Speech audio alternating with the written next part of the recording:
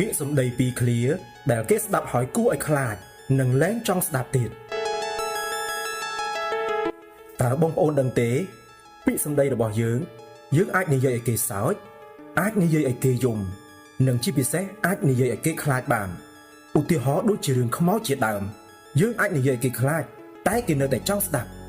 ប៉ុន្តែចម្លែកអីតែពាក្យពីរឃ្លានេះគេខ្លាចហើយគេលែងចង់ស្ដាប់ទៀតវានៅពាក្យច្រើនឃ្លាទៅទៀតតែខ្ញុំសូមលើកយកតែពីរឃ្លាប៉ុណ្ណោះឃ្លានោះគឺ1ខ្ចី$10សិនមកស្អែកសងវិញលោកអ្នកស្ដាប់ពាក្យនេះហើយគិតថាមិនខ្លាចទេតែបើសិនជាលោកអ្នកគិតឲ្យដុតៗវិញទៅពាក្យនេះគឺជាពាក្យដែលគួរឲ្យខ្លាចឧទាហរណ៍ជាក់ស្ដែងខ្ចី$10សិនមកពាក្យថាសិនមកនេះតែសិនហើយគឺសិនហើយមិនដឹងថ្ងៃណាសងយើងនោះទេជាក់ស្ដែងបទចម្រៀងរបស់លោកខុងខុយមួយបទគាត់បានច្រៀងរួចទៅហើយគឺសិនហើយសិនទៀតសិនហើយសិនទៀតសិនហើយសិនទៀតរីឯពាក្យថាចាំស្អែកចាំសងវិញពាក្យនេះកាន់តែធ្ងន់ជាងពាក្យខ្ចី$10សិនមកទៀតព្រោះថាស្អែកថ្ងៃនេះគេថាស្អែកថ្ងៃស្អែកក៏គេថាស្អែករីឯខាងស្អែកនៅតែគេថាស្អែកដូចជាបទចម្រៀងរបស់អធិរាជសម្លេងមាសស៊ីនស៊ីសមុទ្រលោកបានច្រៀងរួចហើយថាស្អែក10ស្អែក20ស្អែកចាងផុត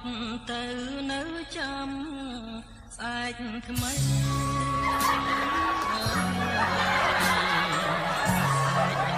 ្អែក20ស្អែកស្អែកសន្យា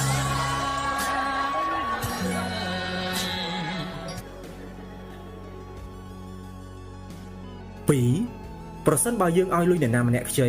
ហើយយើងទៅទារគេវិញគេនិយាយថាចាំមានចាំសងពាក្យនេះធ្វើឲ្យយើងអស់សង្ឃឹមយ៉ាងខ្លាំងបើយើងគិតឲ្យដិតដល់ទៅម្ចាស់បំណុលដូចគ្មានសង្ឃឹមថាបានលុយនឹងមកវិញទេព្រោះមិនដឹងកាលគេមាននោះទេពេលខ្លះទៀតគេអត់ទាន់មានមែនយើងនៅចាំឲ្យគេមានសិនពីមួយថ្ងៃទៅមួយថ្ងៃពីមួយខែទៅមួយខែពីមួយឆ្នាំទៅមួយឆ្នាំកូនបំណុលរបស់យើងអត់ទាន់មានលុយសងយើងផងអ្នកខ្លះក៏ងាប់បាត់រីឯយើងជាម្ចាស់បំណុល0ពិន្ទុ